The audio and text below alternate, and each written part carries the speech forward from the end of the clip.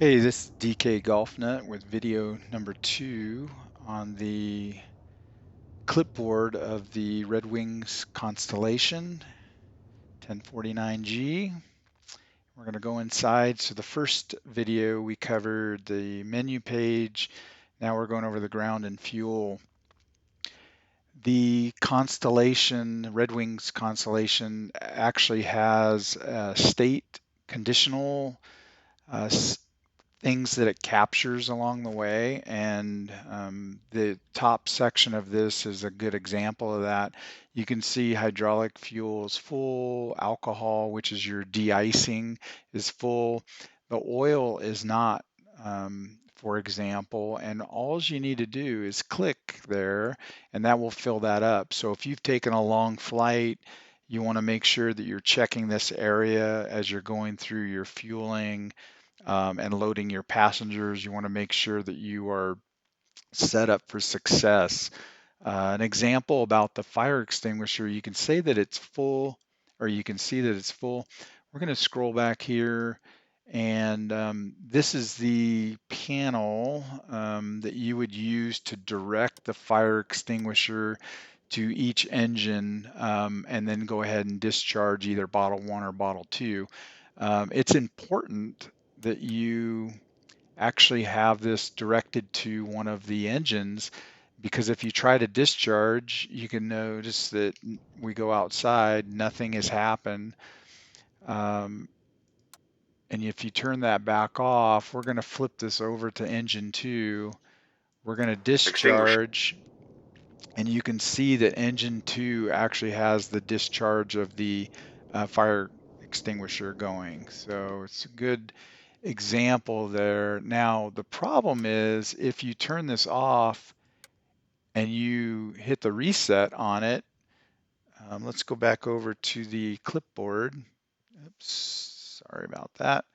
Clipboard, if we go to the status page, it still shows extinguisher 1 as being discharged. So it's a problem. So if you take off now and you have a fire issue, you only have fire extinguisher bottle 2 to help you. And a lot of times, depending on how long it's gone or how hot the fire is, you actually need 2 of them. And sometimes that's not even enough if you're in a failure mode. So in order to fix that, you need to hit this button to go ahead and refill that. And now we're in a good state. And if you go back over here to the status page, you can see that the bottle has turned back green again. So that's actually something to make sure that you're doing that. Now, the next area, ground maintenance, if you have issues on your status page with your flaps, aileron damage, elevator damage, fuselage issues, landing gear, you've landed too hard, you've come back in and you notice that stuff was at the end of your flight was damaged. The way to correct that is to use the fix and repair function. And when you click this, we'll go ahead and do it. It'll play a little thing saying take it to a repair area. Proceed to general maintenance. Okay. If you're on an airport that has services, clicking that will go ahead and correct all of those issues. So there's no need to take it to a specific repair facility.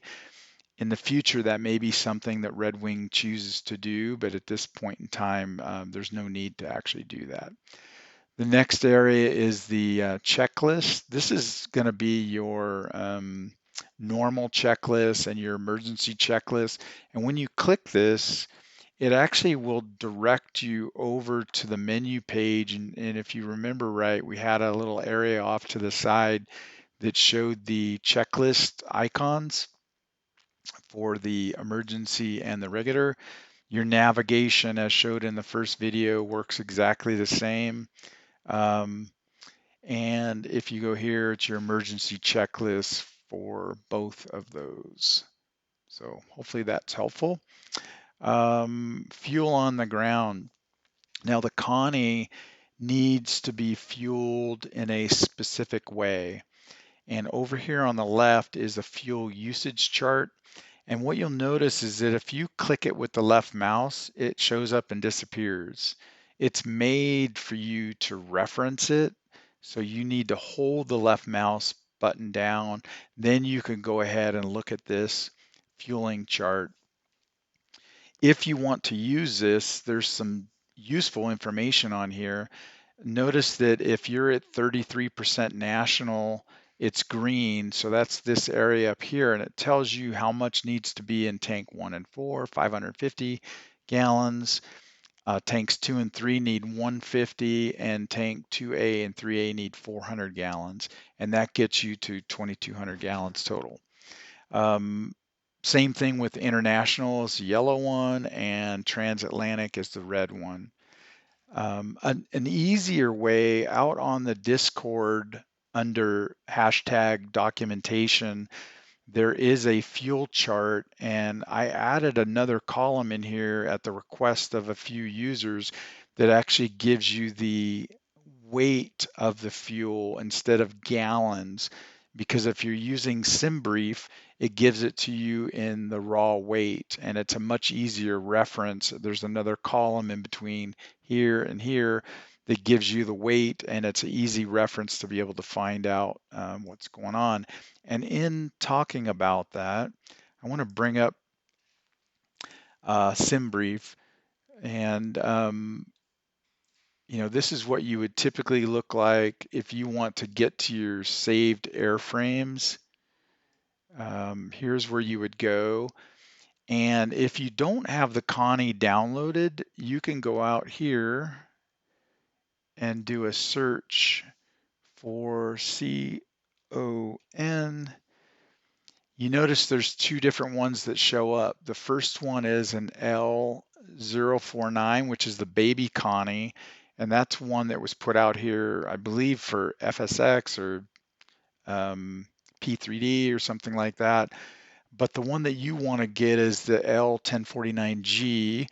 So if you just click the select button, it will add that in, and you can see an example of that right here at the top. And that is based off of military fuel usage of this particular airplane and all of the drag characteristics and fuel consumption for idling, taxiing, taking off, at climb, your cruise configuration, landing, all that kind of stuff is taken into consideration on there.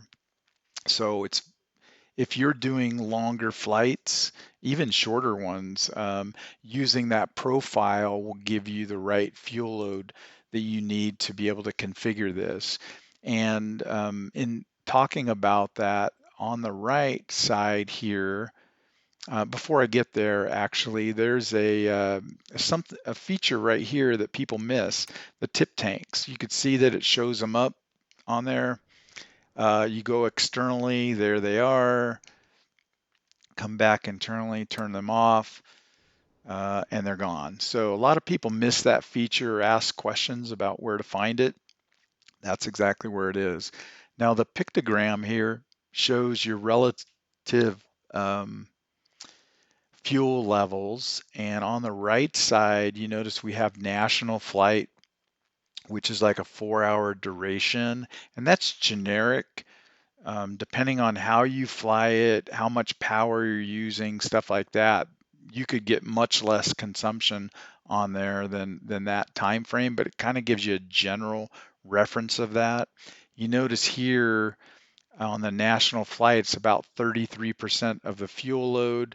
Here's the distribution across the tanks, and it shows you the actual amounts that are in there. If we select this one, it goes up to 52%. You notice the fuel level changes, the pictogram changes, and then transatlantic, we're 100% full. You notice the total weight on this changes as well as the fuel weight as you select these. It's very useful. Now, if you're using SimBrief, These get you in the general ballpark. If you know you're going to fly an 8-hour flight, you probably want to select this one, and then you want to adjust up and down on each tank based off of this fuel load chart. So that can be very helpful to you. It kind of gets you there a little bit easier. There's some advancements that we want to do here in the fuel load. You know, something that would be a request would be you click on the amount of weight and it actually loads that amount. I don't know if that's something that can be done, but we're looking at options there, or maybe keying in the exact amount and then it loads that amount of fuel. So we're looking at some things in beta test, no promises, but we're looking to try to make that a little bit better. So the last thing here on this page is the trim sensitivity. And if you're flying the airplane and your trim buttons, either a button or you have a trim wheel, you have different things. You know, you may have a SciTech autopilot unit that has a trim wheel. You may have a Bravo unit that has the trim wheel. Well, they're all different and they all have different measurements in it.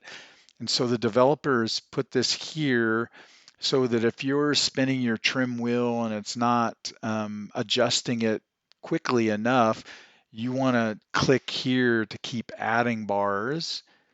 And if it's too sensitive and you don't need that much, you want to click it again and it goes back down to the lowest setting there.